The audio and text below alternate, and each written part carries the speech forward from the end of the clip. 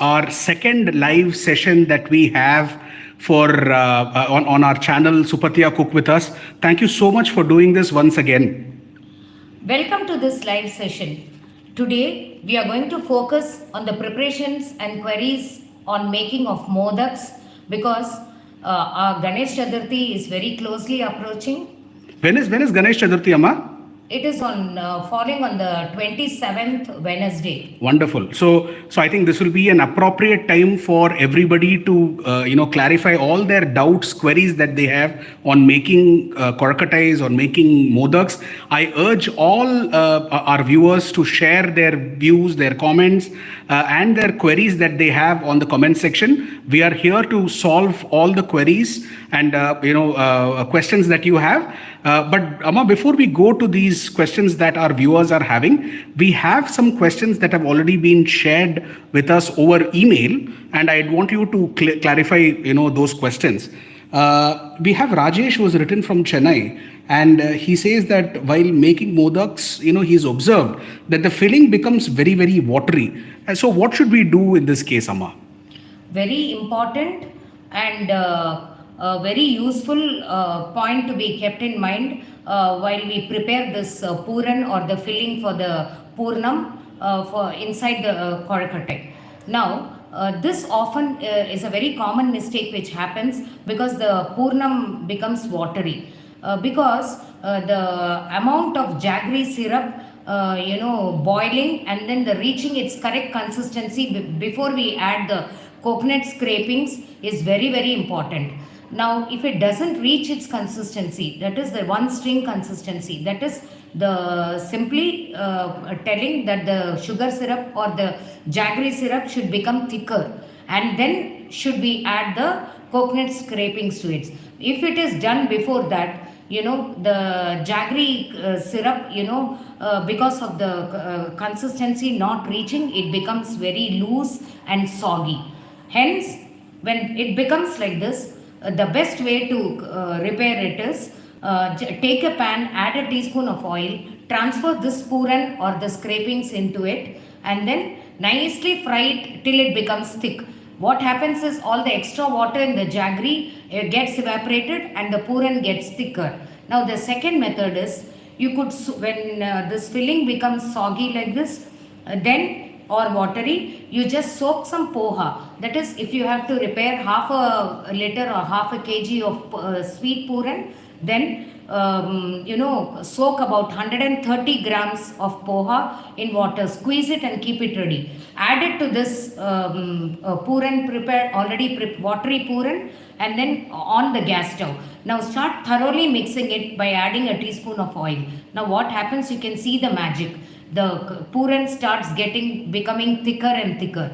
Now you get the confidence, and then you can off the gas stove, cool it, and start making the balls for the filling of the Modaks. This is a wonderful tip, and I urge all the viewers to share their questions on the chat so that we can clarify your doubts on making Modaks or Kozhukkatai for this Ganesh Chaturthi. And this which Amma has shared is a very, very common problem that most of us face while making Kozhukkatai, is your purnam or your puran becoming watery. Thank you, Amma, for this clarification. And Amma, Ravi from Palakkad has checked with us that every time he makes the outer cover of the Kozhukkatai or the Modak, it becomes very dry in nature. What should we do in this case, Amma? This is another common problem what we face, because while we start making the batter for the outer covering, we have a particular quantity in our mind for adding the water, and then what happens is, as we start mixing and stirring it, the water gets shortage, and then the batter goes dry. Now in this case, there is one golden tip which I can share with you.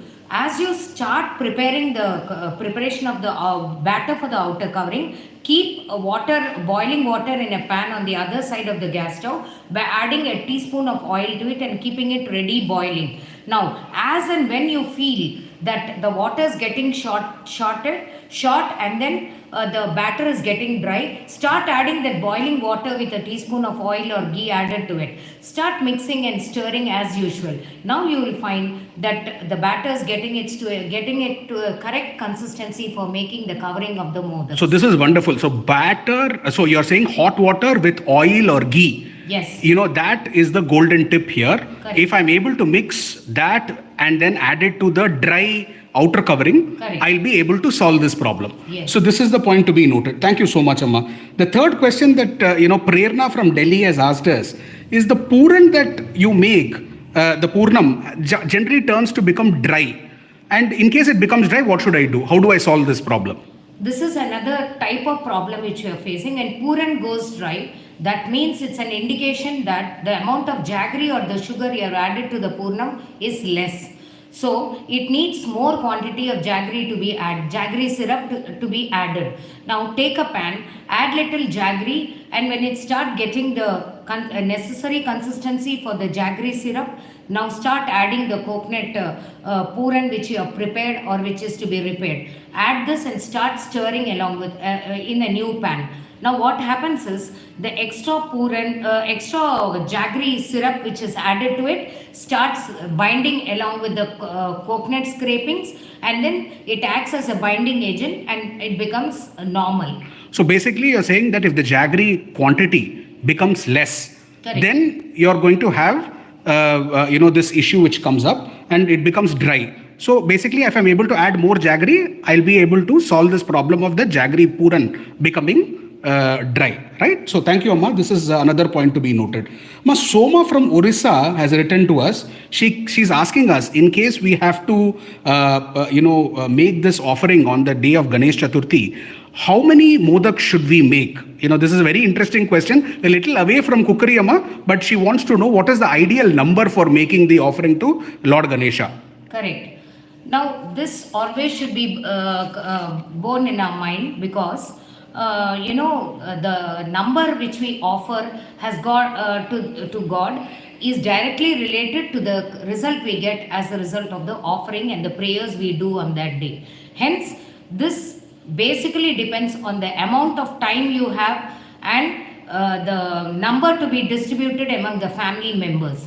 So, the offering can start right from 5, then moving to 7, all odd numbers, 5, then 7, then 9, then 11, then 21, 15, and then 21 maybe, and then 31, and then 51, and then above that 101 and 108, so on and so forth.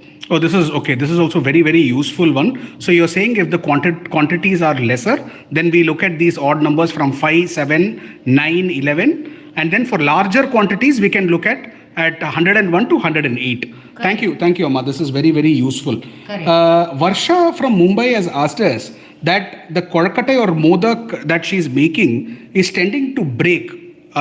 Each time she makes it and she puts it in the cooker, it is breaking. How do we solve this problem, Amma? This breaking of the modaks normally happens when the batter for the outer covering is having more of water content in it, or it becomes thinner. So what happens is, when the water content is more, when you start keeping the filling inside and then closing it and steaming it out, what happens is, because of the originally present water in it and the water from the steaming process, tends to break it because it becomes soggy. That is one reason. Second, the temperature you maintain for steaming the modaks is also very, very important, because modaks are very, very delicate. It's a very delicate dish, especially the outer covering. So, the thickness of the batter you make for the making the covering is also very important. Plus, when you start steaming the modaks, you have to first bring the water to a high temperature, boiling hot temperature, and then as you place the modaks inside and start steaming, just simmer the gas stove so that the modaks get cooked, kept in a simmer mode. So they get completely cooked and they don't break also. Now off the gas stove, and then you have to cool the modaks before you start placing them for your offering. This is also very, very important. Otherwise, they might break or turn soggy. So you're telling me, correct me if I'm wrong, I'm trying to summarize this for our viewers. The first issue that comes up is the excess water which is there, and number two, you're saying The steaming method, how you have to steam it, bringing it to the right temperature, and then Right. simmering it as soon as it reaches the water reaches the necessary temperature or the heat. It has to be simmered, and the modaks have to be cooked in a slow gas flame, Okay. so that they get cooked as well as they don't break. Okay, and third, you're saying you'll have to cool the modaks after they are prepared so that they don't break. Exactly, you have to give them the time for the room temperature, getting back to the Room temperature. Wonderful. I think this is very, very useful for all our viewers. One last question before we, maybe close for the day is, Amma, they say that, the modak is done. After, it has been cooked in the cooker or the steamer, how do we know that the modak is ready now for doing the puja or for consumption? How do we know the modak is ready? Very, very useful question, and for the newcomers especially, because unless you know the shape, size, or the texture of the modaks, how can you decide whether it is done? Now, this is one indication I can tell you. After the modaks are completely done, when you open the lid and you see the modaks, you will find that they have a shiny white texture. That is shiny white conch. That is the whiteness of a conch. And then the shiny texture, which you can observe after its preparation, shows that it is nicely and correctly cooked inside also. So if I'm getting it right, I have to observe that the coconut-jaggery is now nice and shiny.